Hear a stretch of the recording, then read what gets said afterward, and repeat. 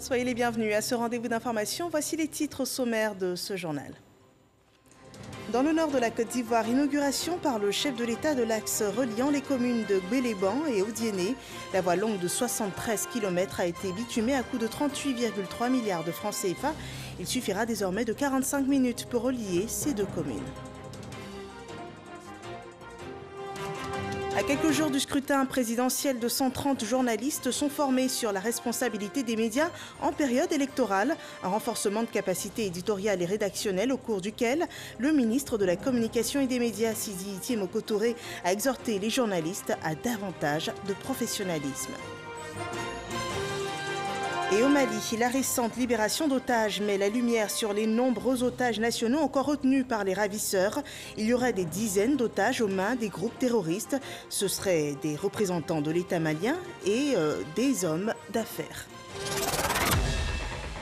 Bienvenue dans ce 23h. Nous démarrons par les actions de développement au nord de la Côte d'Ivoire. Le chef de l'État, qui était en visite la semaine dernière, a procédé à la mise en service de plusieurs infrastructures. L'une d'elles, la route Odiéné-Gbéléban, entièrement réhabilitée, a été inaugurée hier par Alassane Ouattara.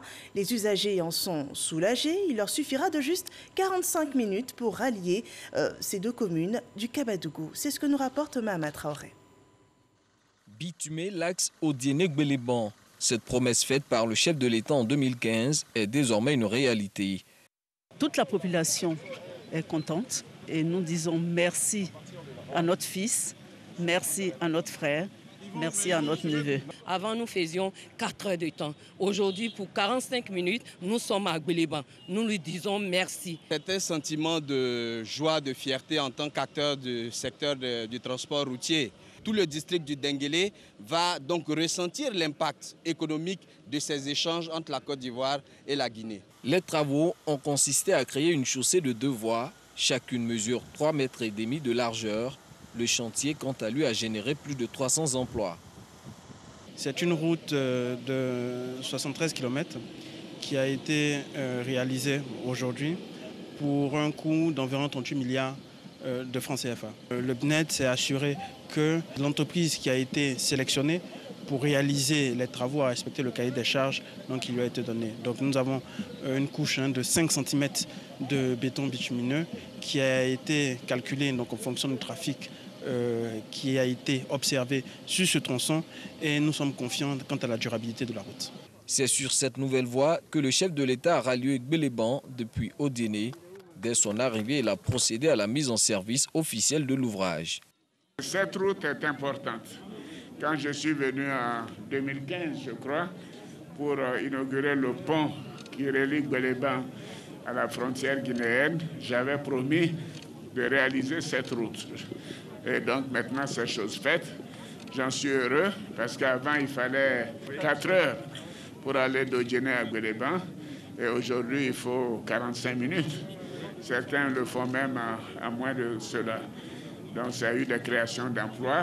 Et maintenant, c'est une belle voie. Je l'ai pratiquée moi-même. Elle permet donc d'aller jusqu'en Guinée. Donc je suis très fier. C'est un des projets auxquels je tenais le plus. Et je suis heureux de l'avoir réalisé pendant ce mandat.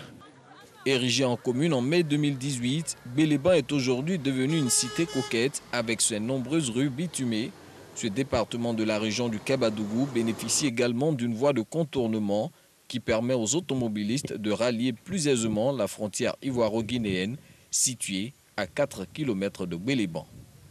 Et toujours au nord de la Côte d'Ivoire, Alassane Ouattara a mis en service un autre axe routier. Il relie les localités de Kanawolo et Ferkessédougou, suivant le compte-rendu de Viviane Aïma. À Ferkessédougou, tout comme à Korogo, le président de la République, Alassane Ouattara, est parmi les siens, fils du Tchologo par des liens multiséculaires. C'est d'ailleurs cette reconnaissance qui explique le choix des populations de son frère Birahima Ouattara comme président du conseil régional du Tchologo.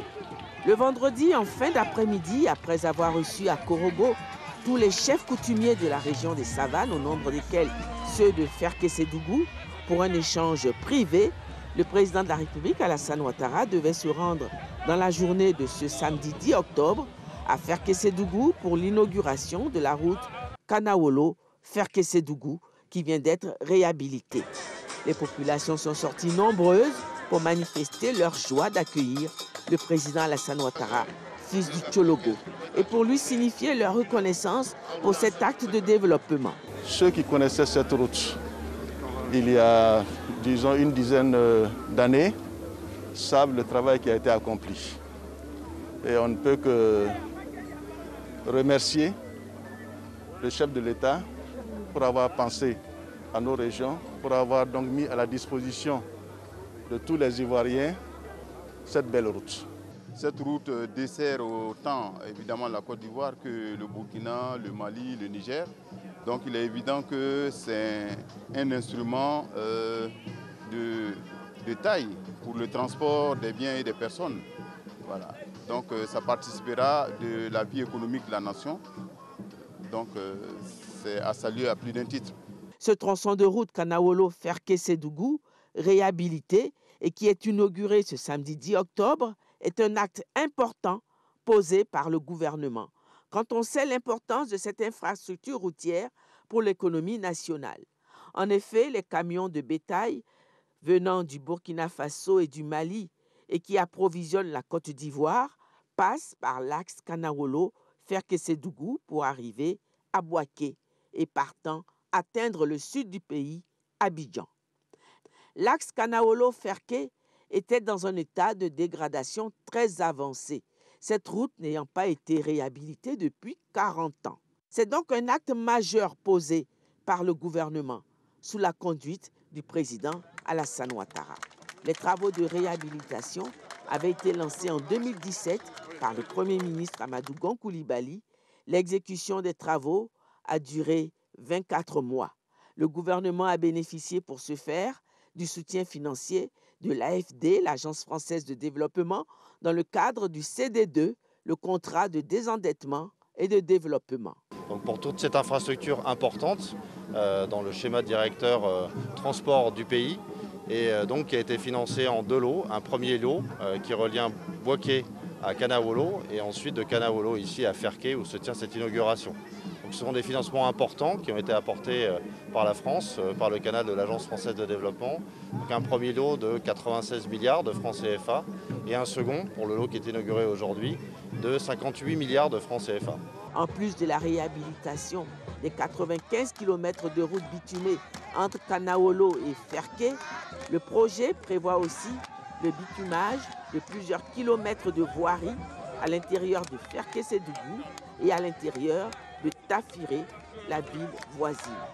Et la construction dans ces 2 villes d'écoles et de centres de santé. Ainsi, mu par la volonté de moderniser la Côte d'Ivoire dans tous ses coins et recoins, le président de la République, Alassane Ouattara, vient encore une fois de relancer l'activité économique nationale par des infrastructures routières de qualité. Voilà, ce sont là des réalisations pour le développement présentées en ce mois d'octobre 2020, période électorale. Et à ce propos, dans 48 heures, la commission électorale indépendante procédera à la distribution des cartes d'électeurs. Les modalités de cette opération du processus électoral sont présentées par Alexis Ouedraogo. On écoute. La commission électorale indépendante informe l'ensemble des électeurs, les anciens électeurs et les nouveaux électeurs de 2020, que suite à l'arrêt de la liste électorale le 24 septembre 2020, elle procédera à la distribution des cartes d'électeurs du mercredi 14 octobre au mardi 20 octobre 2020 sur le territoire national et à l'étranger, 18 pays retenus dans tous les lieux de vote. Les pièces exigées pour le retrait de la carte d'électeur sont les suivantes. 1. Pour les électeurs inscrits en Côte d'Ivoire, la carte nationale d'identité ou l'attestation d'identité ou le certificat de nationalité ou le récépissé d'enrôlement délivré par l'ONESI ou l'ex-ONI. 2. Pour les électeurs inscrits à l'étranger, la carte consulaire ou le passeport biométrique ou la carte nationale d'identité. Les centres de retrait seront ouverts tous les jours de la semaine du lundi au vendredi de 7h30 à 13h, de 14h à 17h30. Nous sommes à quelques jours de l'ouverture des campagnes pour l'élection présidentielle. Et avant cette étape cruciale du processus électoral, les relais de l'information, les journalistes reçoivent une formation sur la responsabilité des médias en période électorale. Une initiative du Fonds de soutien au développement de la presse et du groupement des éditeurs de presse. Elle était à l'intention de 230 journalistes et correspondants régionaux. Le rapport de Franck Quadio. Grand Bassam, le rappel des notions d'éthique, de déontologie et de gestion éditoriale en période électorale. La formation est destinée aux journalistes, aux correspondants régionaux et chefs de service. Et Samba Koné, président de l'Autorité nationale de la presse ANP, est l'un des formateurs. Dans cette salle, l'un des groupes pédagogiques constituant les 230 journalistes repartis sur différents sites de Grand Bassam et de Yamoussoukro. L'initiative est du Fonds de soutien et de développement de la presse FSDP, soutenu par le groupement des éditeurs de presse GEPSI. Vous avez les secrétaires généraux de rédaction qui sont associés et vous avez donc les chefs de service politique. Mais à côté de cela, vous avez la presse numérique. Et vous savez que la presse numérique, à ce niveau-là, les fake news vont très vite. Et donc l'accès à l'information par le numérique est plus facile. Et donc nous les avons associés à cette formation pour encore attirer leur attention sur donc, ce moment qui est un moment très sensible. Outiller les acteurs de la presse sur la question de la responsabilité du journaliste et correspondants régionaux face au défi d'une élection apaisée en 2020, une nécessité selon la tutelle. Le ministre de la Communication et des Médias, Sidi Touré, a rappelé aux hommes de médias l'importance du secteur. Cette exigence professionnelle est valable plus que jamais. En période électorale, moment de passion et de cloisonnement idéologique. Il faut pourtant dépasser son parti, s'inscrire dans une objectivité professionnelle afin d'accorder le même traitement aux différents candidats et à leur programme. Les citoyens ont besoin de vos écrits, de vos images, pour comprendre les enjeux du scrutin et fixer leur choix. Les journalistes entendent s'approprier les acquis de ce renforcement de capacité. Au niveau des journalistes, nous avons compris notre rôle. Nous avons compris aussi que nous ne devons pas tomber dans le jeu des hommes politiques. Nous devons rester professionnels. Nous devons travailler en tenant compte de l'éthique et la déontologie. Une formation de 2 jours pour passer en revue la déontologie et réexaminer l'éthique du métier. L'exercice n'est pas du trop. Notons que le 9 octobre dernier, le groupement des éditeurs de presse a adopté une charte pour des élections apaisées.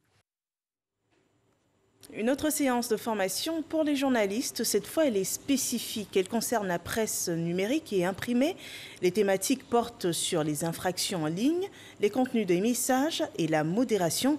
L'objectif, c'est de renforcer la crédibilité de l'information véhiculée sur les canaux numériques. Le point avec Serge Coléa. Source d'information, infraction en ligne et modération des contenus. C'est le thème de ce séminaire à l'attention des hommes de médias. L'ANP, l'Autorité nationale de la presse, entend ainsi mettre à niveau les professionnels de l'information à quelques semaines de la présidentielle du 31 octobre prochain. Nous visons un double objectif, c'est-à-dire que d'une part, la loi fait obligation aux producteurs d'informations numériques de disposer en leur sein un modérateur. Et puis, nous pensons qu'il est aussi indispensable pour les promoteurs, aussi bien de la presse numérique que de la presse imprimée, de disposer d'une charte d'utilisation des sources d'informations sur le net. Ouais, parce que le net aujourd'hui représente une source d'information immense, c'est vrai, mais en même temps, l'utilisation de ces sources-là doit se faire selon les règles de l'art. Pendant les élections, on demande aux journalistes d'être plus vigilants, parce que c'est une période de passion et il peut y avoir pas mal de manipulations. Le ministère de la Communication et des Médias, par la voix de Jean-Martial Adou, directeur de cabinet, salue ce cadre de formation bien à propos. L'ANP, l'Autorité nationale de la presse, dans le cadre de ce séminaire, bénéficie de l'étroite collaboration du bureau UNESCO Abidjan, dirigé par Anne Lemestre. Les acteurs de la presse imprimée et numérique, ainsi que les plateformes de discussion des réseaux sociaux, sont concernés par cette formation.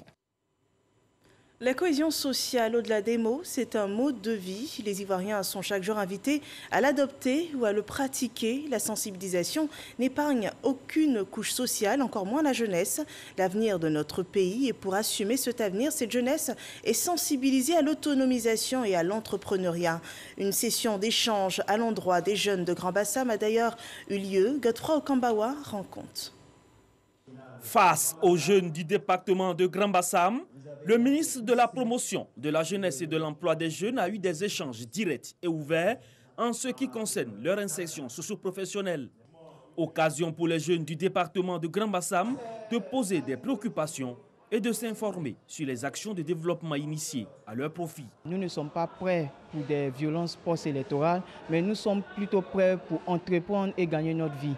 La guerre ne nous arrangera pas, mais entreprendre et être demain des cadres de notre région, de notre pays, sera notre plus belle histoire. Insistant sur les mesures prises pour rendre effective l'autonomisation des jeunes à travers le programme Agir pour les jeunes, Mamadou Touré, qui avait à ses côtés des élus locaux de la région, rassure en ce qui concerne l'engagement du gouvernement à leur offrir un avenir meilleur.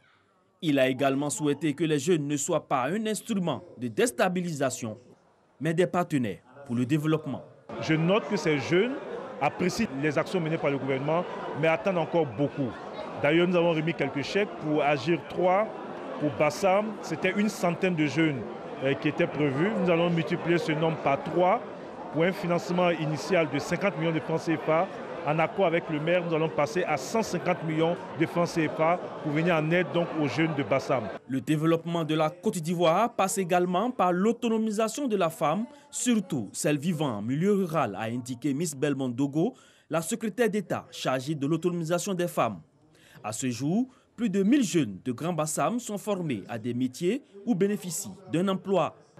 Une dizaine d'entre eux a reçu au cours de cette rencontre des chèques allant de 100 à 1 million de francs CFA afin d'exercer des activités génératrices de revenus.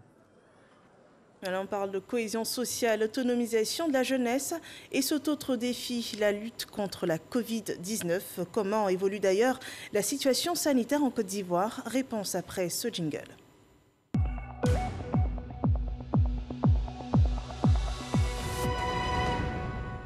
Ce lundi 12 octobre 2020, un nouveau cas de Covid-19 sur 68 échantillons prélevés a été déclaré, ce qui représente 1,5% de cas positifs. 33 nouvelles guérisons sont annoncées. Ce 12 octobre 2020, la Côte d'Ivoire compte donc 20 155 cas confirmés. 19 831 personnes ont été déclarées guéries. 120 personnes sont malheureusement décédées des suites de la Covid-19 et 204 cas restent encore actifs. Le nombre de cas en Côte d'Ivoire est considérablement en baisse. Une bonne nouvelle, mais attention, la lutte pour l'éradication du virus se poursuit. Les autorités sanitaires et sécuritaires ont présenté ce lundi le point hebdomadaire de l'action gouvernementale dans le cadre de la pandémie de coronavirus. Le détail est rapporté par Grace Kando. Ce point hebdomadaire de la maladie à coronavirus prend en compte les données du lundi 5 au dimanche 11 octobre. 272 nouveaux cas de Covid-19 sur 6 685 prélèvements analysés, soit 4,06% de l'échantillon.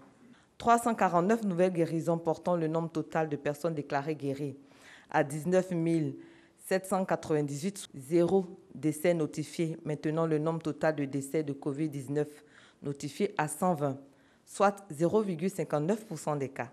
La létalité reste stable et toujours en dessous de 1%. Aussi, aucun cas de décès lié à la maladie à coronavirus n'a été enregistré depuis 4 semaines. Le ministère de la Santé et de l'Hygiène publique, tout en saluant les acteurs de la riposte pour ces résultats encourageants, appelle à la préservation des acquis. Limitons tous nos déplacements non essentiels, pratiquons la distanciation sociale, surtout physique, lavons-nous régulièrement les mains à l'eau au savon, utilisons les gels ou solutions hydroalcooliques. Malgré le succès du plan de riposte et des actions gouvernementales, le ministère de la Sécurité invite à la vigilance et fait le point.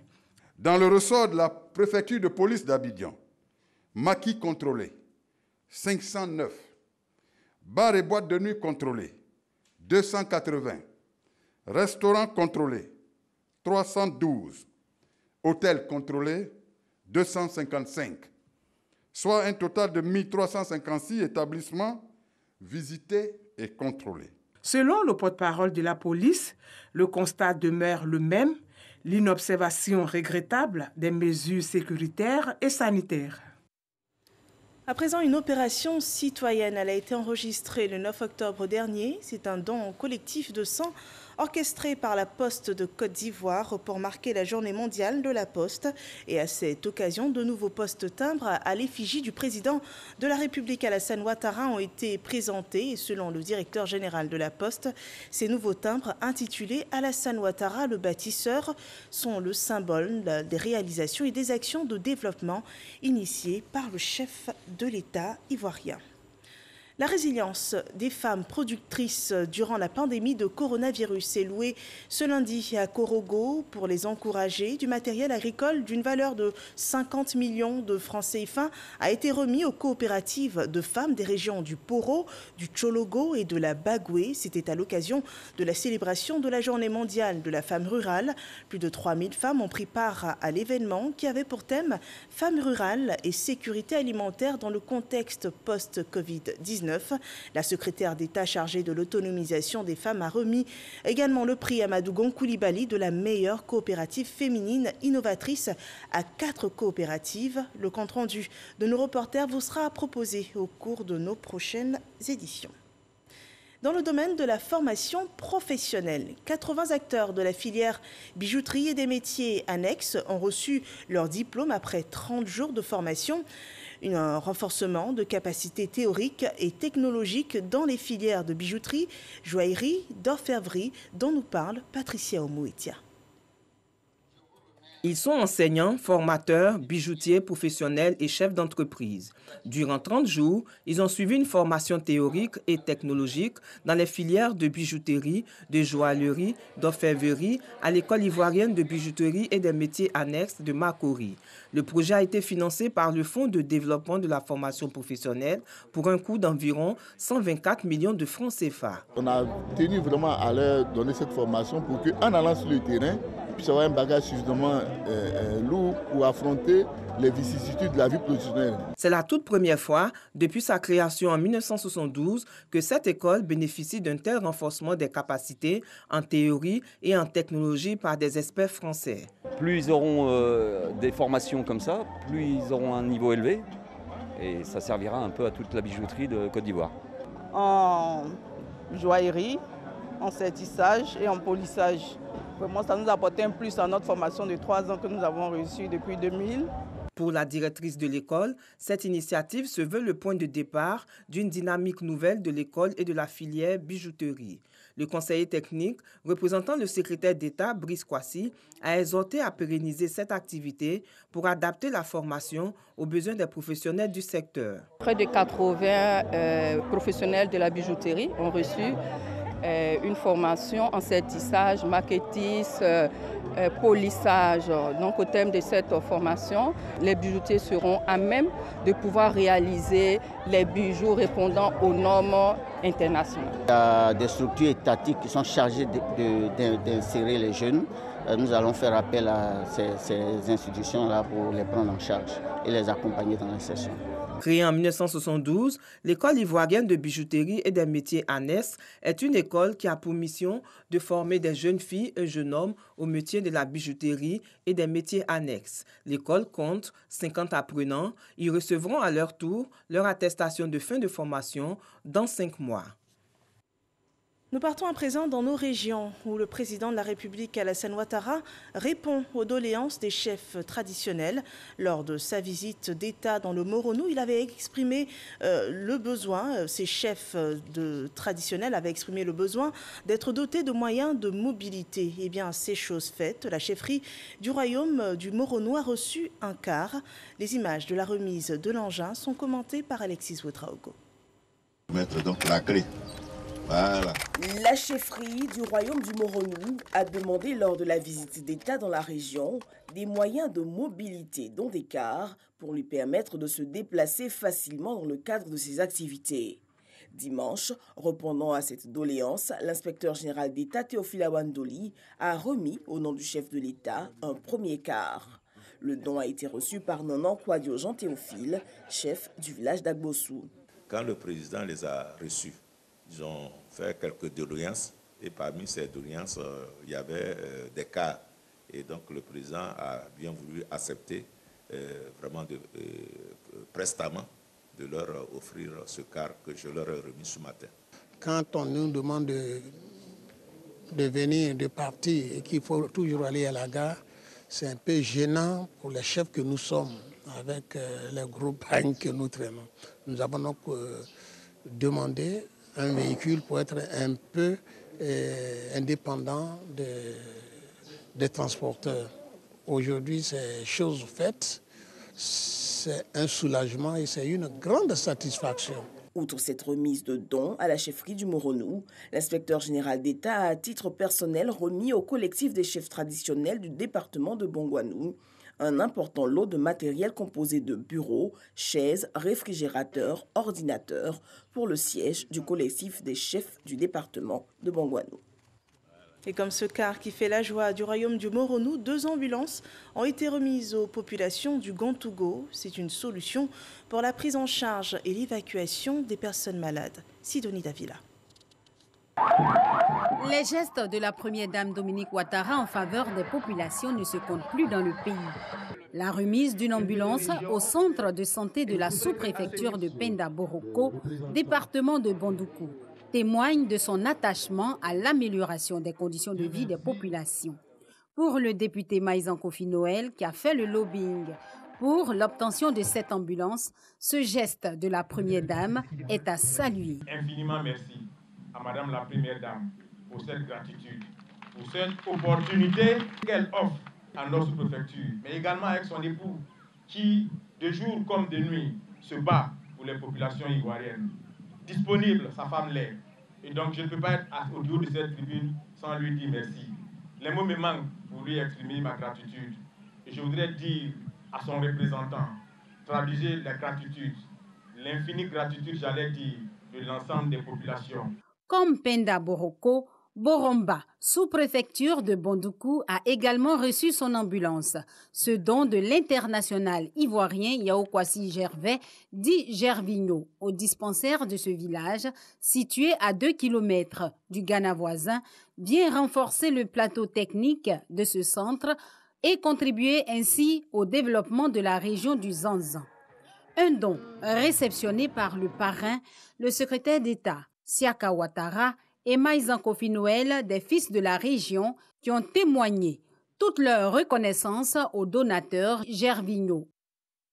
Dans le Boclès, 5 villages ont été connectés au réseau électrique. La mise sous tension a été faite ce week-end. Sam Conan nous en dit davantage.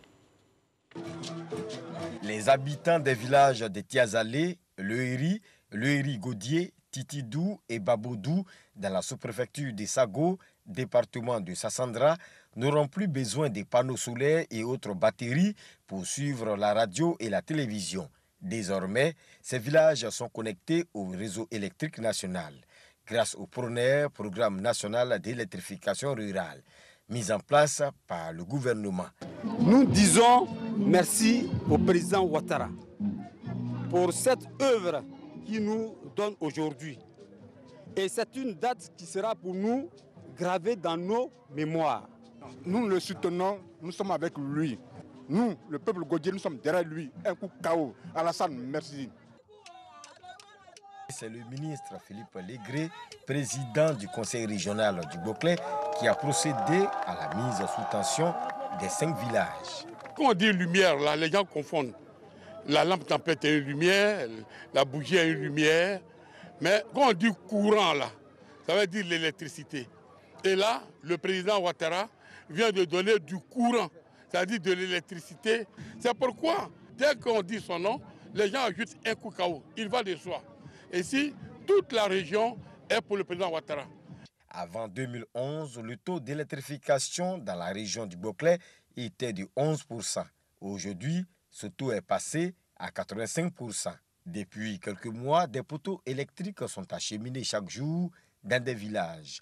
Selon le président du conseil régional, ce taux d'électrification pourrait passer à 95% d'ici la fin de l'année 2020. L'actualité est la même dans le département de Béthié, où le village d'Abradinou a été raccordé au réseau électrique. Un bonheur n'arrivant jamais seul, des logements destinés au personnel médical ont été inaugurés. Le reportage de Herman Yamia.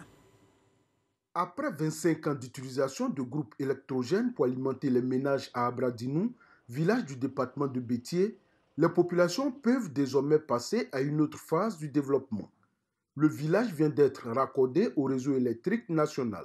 Je suis très heureux de voir que mon village est électrifié. Je remercie le président Ouattara pour l'effort qu'il a fait pour nous à Abradinou. Ce sont plus de 267 lampadaires et 2 transforts de 100 kVA d'un coût de près de 598 millions de francs CFA qui ont été posés dans ce village.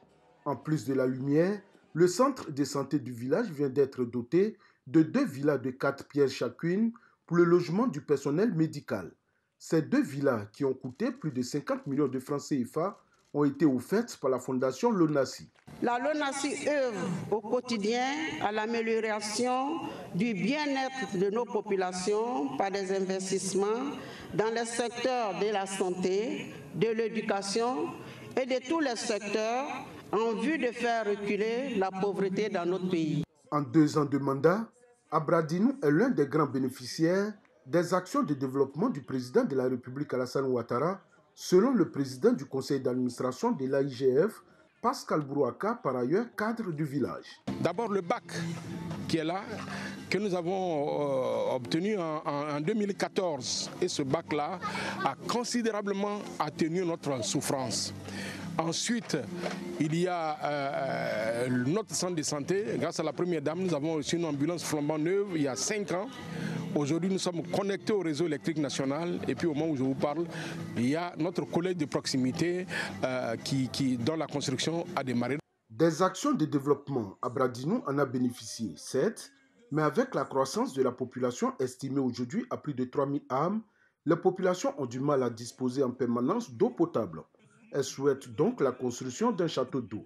Elles souhaitent également la construction d'un pont métallique pour désenclaver totalement le village. Distant d'à peine 30 km de Yakassé à Tobrou, en passant sur le fleuve Komoué, les populations sont obligées de faire un long détour d'environ 70 km pendant la saison pluvieuse. Le bac étant à motricité humaine, avec la montée des eaux pendant cette période, les opérateurs sont contraints de stopper la traversée pour éviter des accidents. Dans l'actualité hors de la Côte d'Ivoire, au Mali, la récente libération des otages, Soumaïla Cissé et Sophie Petronin, a ouvert le cahier des comptes sur les personnes encore retenues dans le Sahel. Il y a un nombre indéterminé d'otages maliens et sahéliens, des prises d'otages de locaux qui sont moins médiatisées mais réelles et qui doivent être prises en compte pour le chercheur Ibrahim Maïga, chercheur à Bamako pour l'ISS. Et selon lui, il y aurait des dizaines d'otages maliens aux mains des groupes terroristes et ce seraient soit des représentants de l'État, soit des hommes d'affaires. Nous terminons ici cette édition d'information. Merci de votre attention. Rendez-vous demain pour un autre journal. Portez-vous bien.